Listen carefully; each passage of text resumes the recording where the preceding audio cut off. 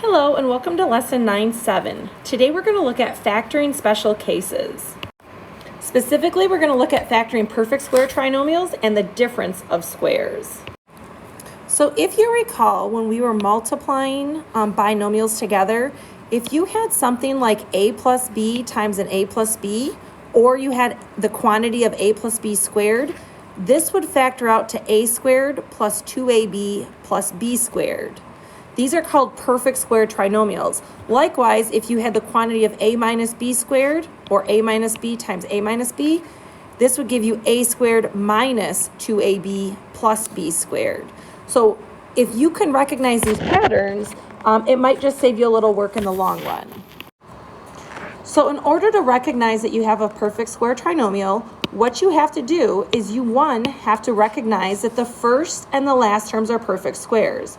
So 4x squared and 9 are both perfect squares, because if I take the square root of 4x squared, I get 2x. And if I take the square root of 9, I get 3. So these are both what we call perfect squares. Then, if you can take and multiply these two numbers together and double it to get this middle term here, then that means we truly have a perfect square trinomial. So if I go 2x times 3, that will give me 6x. Now if I double that, that gives me 12x. Notice how that gives me this middle term right here. So if I can double the product of the perfect squares on the first and the last term, then that means I have a perfect square trinomial. So let's see how this is going to work. So for example 1, I'm going to immediately look at the first and the last terms, and I recognize that x squared is a perfect square because I can square root it and get x. 16 is a perfect square because if I take the square root of that, I get 4. If I multiply x and 4, I get 4x, and then if I double that, I get 8x. So notice that's my 8x right there. Because the middle term is being subtracted and this term here is being added, I know that my factors then are going to become x minus 4, and then x minus 4 are the two, or I could say that this is really x minus 4, the quantity squared. So for example 2, I'm going to do the same thing. I'm going to check my first term, and this is something I always check for first. Once I eliminate my common factors, then I'm going to go and look and see if I have a perfect square trinomial, because if I do, I can save myself some work in factoring. So the square root of 9x squared is going to be 3x. The square root of 16 is 4. When I multiply those two numbers together, I get 12x. And then if I double that, I get 24x. Well, in this case, 9x squared plus 12x plus 16, because I do not have 24 when I doubled the product of my square roots of the first and last term, this tells me this is not a perfect square trinomial. So at this point in time, I would have to use conventional methods to go ahead and try and factor this. Now for example 3, there's no common term between 16, 40, and 25. So I'm going to look at my first term, and I notice that's a perfect square, just like my last term is. Now if I multiply these together, I get 20x. When I double it, I get 40x. So because my 40 is negative here, I can see that this is going to give me 4x minus 5 times 4x minus 5. Or remember, you can write that as 4x minus 5, the quantity squared. For example 4, I see that I have a 5, a 10, and a 25. So I can factor a 5 out of everything, leaving me with x squared plus 2x plus 5. Then if I were to go and try to factor this, I'm going to now go and look and see the square root of x squared is x, but the square root of 5 is just the square root of 5. So this is not a perfect square trinomial. Therefore, if I'm going to try to factor it, or if it is factorable, I'm going to have to use conventional methods. Now, the other type of special cases that we had when we were multiplying were called difference of two squares. Okay, so if I had something like a plus b times a minus b, once I FOILed these out, my middle term was going to cancel.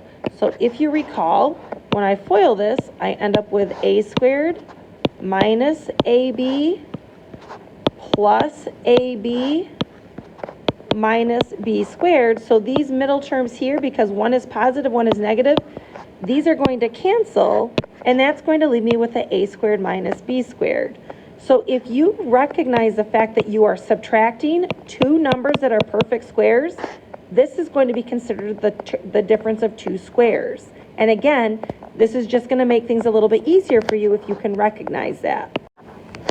So when you're factoring the difference of two squares, it's called the difference of two squares because it has to be a subtraction problem.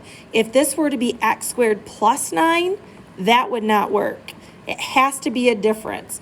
So here, when I see that I can take the square root of my first term and get x, and I can take the square root of my second term and get and get 3, then I know that my two factors then are going to be x minus 3 times x plus 3, and this is my difference of two squares.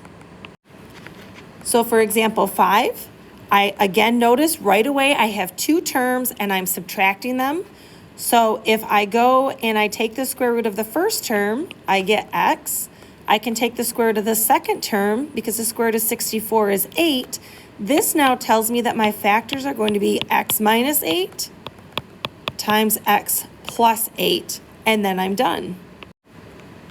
For example 6, again, I notice I have two terms being subtracted, so I'm going to check for perfect squares.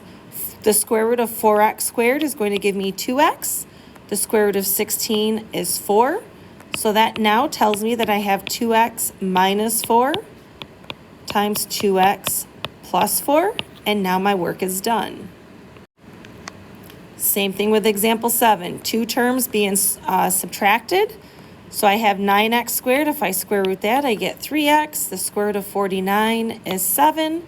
So my two factors then are 3x minus 7 and 3x plus 7. Now for this last one here, I see that I have 8x squared minus 50, so I do have a difference of two terms. However, the square root of 8 and the square root of 50, those are not perfect squares. But what I do notice is that I can factor a 2 out of both of these. So if I take a 2 out, I'm now left with 4x squared minus 25. And now I see that I'm still subtracting two terms inside of the parentheses here. So this 2 is just going to continue to be brought down. And the square root of 4x squared is going to be 2x. And the square root of 25 is 5. So because they're being subtracted, I can apply the difference of squares now. And my factors are going to be 2x minus 5 and 2x plus 5. And I do have to keep this 2 out up front. Because if I were to distribute all of this stuff out, it should give me that 8x squared minus 50. Please let me know if you have any questions. Otherwise, I will see you guys in class, and I hope you guys have a great day.